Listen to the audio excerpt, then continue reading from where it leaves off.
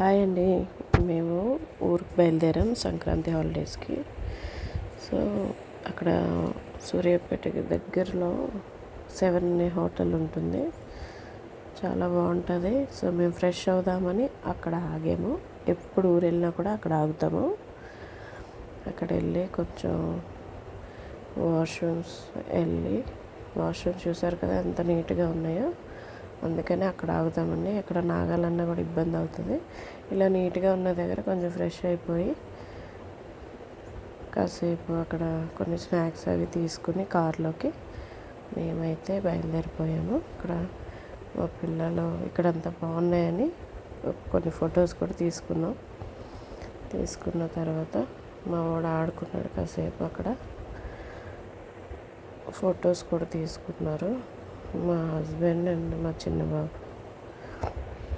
అక్కడ నుంచి మళ్ళీ వెంటనే స్టార్ట్ అయిపోయాము. వీడియో తీయలేదు ఇంకా దారిలో.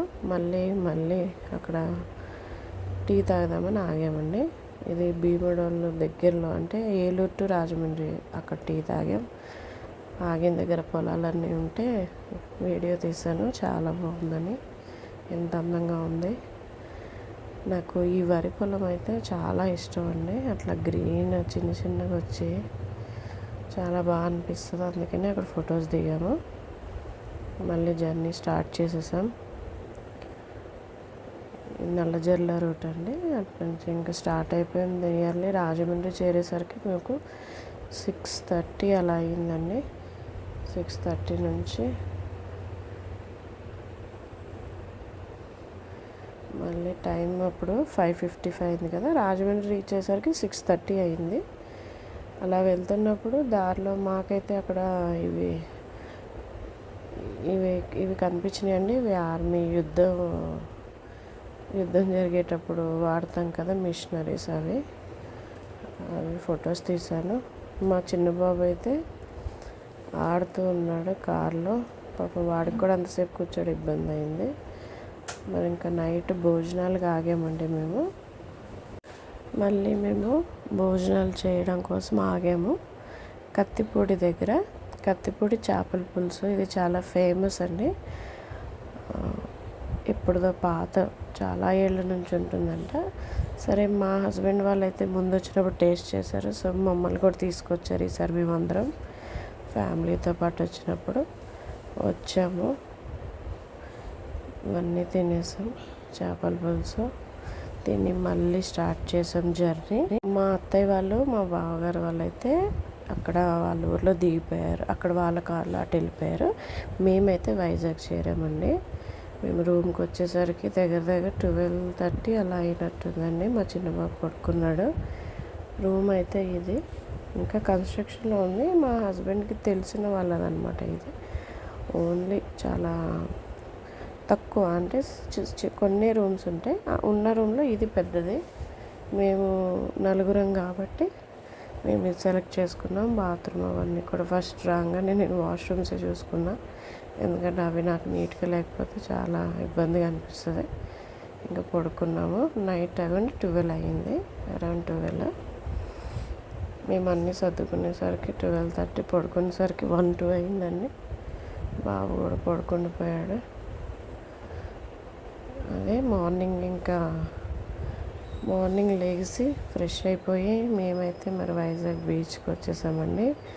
ఇది వ్యూ పాయింట్ అని కొత్తగా ఓపెన్ చేశారు. ఎంట్రీ టికెట్ అయితే 50 రూపీస్. దిగాము. అక్కడ వ్యూ కార్సే అలౌ చేస్తారు, బైక్స్ అలౌ చేయరు. ఇంకా అందరు ఫోటోషూట్స్ కూడా అవుతున్నాయి అక్కడ. మేమైతే కాసేపటి చూద్దామని ఇటు వచ్చేసాం. చూసారు కదా బీచ్ ఎంత బాగుందో. నాకైతే చాలా ఇష్టం అండి బీచ్.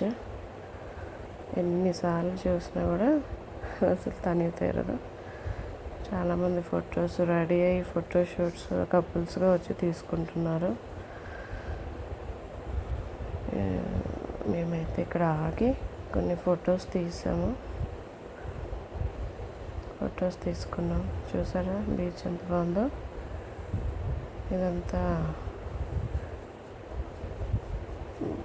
బ్యాక్ సైడ్ అండి కొండ ఉంటుంది కదా, ఇప్పుడు కొత్తగా కన్స్ట్రక్షన్ చేశారు కదా గవర్నమెంట్ బిల్డింగ్స్ అవన్నీ,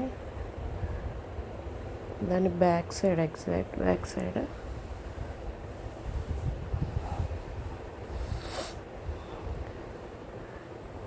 ఎండ అయితే చాలా ఉంది. ఎండకి ఇంకా మేము ఎక్కువసేపు అయితే ఉండలేదు, ఒక 15 minutes అట్లా ఉన్నట్టున్నాం అంతే. ఎందుకంటే ఎండ వల్ల ఉండలేకపోయాము. అదే కానీ గాలి కూడా చాలా వస్తుందండి. గాలి అక్కడి నుంచి మా చిన్న బాబు నేను అయితే ఉండిపోయాం కారులో. మా పెద్ద బాబు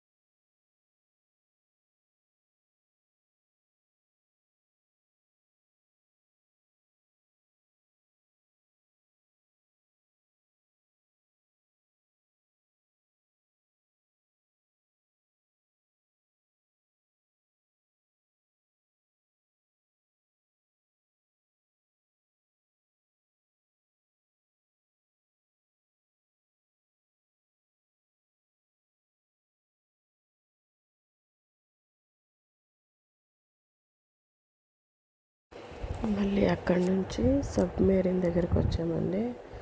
కానీ అది అప్పటికి ఓపెన్ చేయలేదు. సో మళ్ళీ మేము బీచ్ దగ్గర కాసేపు ఆగి